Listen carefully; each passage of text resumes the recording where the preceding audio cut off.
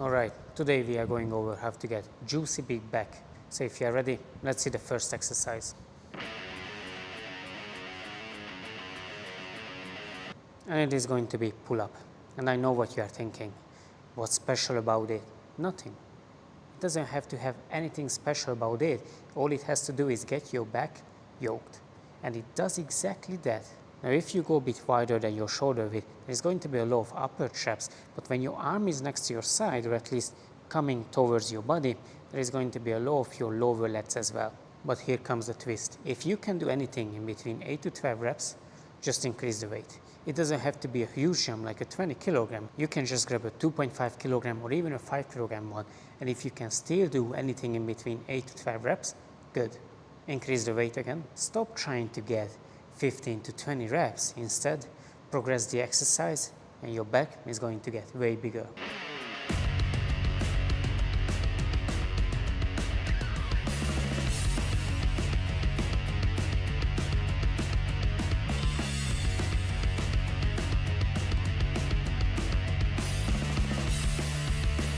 Seated lat rowing. You guessed it. Without big lats, you're never going to have this big V taper at your back, and use the pull-up with a bit wider grip already train your lower lats, and because of that we are trying to train the middle and the upper lats a bit more. Now to train your lats, you already know that you have to keep your elbow tucked in next to your side, your shoulders down, and you don't want to pull behind your back because they're just going to be rear delts. So once you're next to your side, you are trying to reach your hip, so always keeping your shoulders down. That's the end range of motion. And for that, you are going to need a narrower grip, and if you don't have a setup where the cables are going apart, you can just put a D handle on the bar and adjust it for your own structure. Try to stay relatively upright and just drag your elbows down next to your side.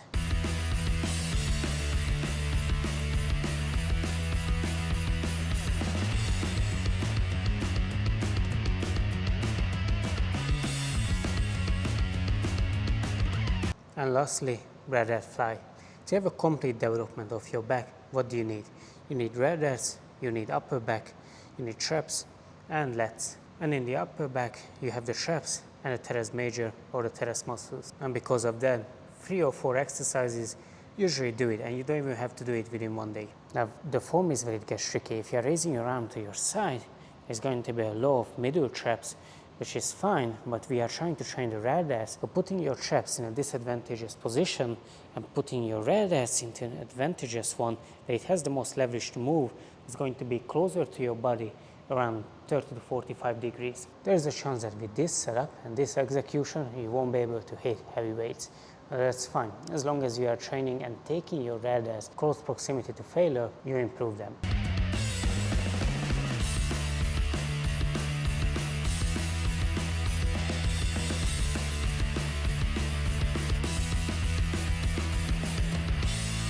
How we are holding the dumbbell or the wrist position doesn't actually matter. As long as you feel like you're comfortable, at least there is no discomfort at your shoulder, then it's fine. And it doesn't limit you from progressing the weight. Remember, you only have 2 to 3 working sets, so you have to make them count. And if you learned something, make sure to like, subscribe. For coaching, hit the link in the description. If you're struggling with your glute gains, watch this video next. Talk to you in the next one.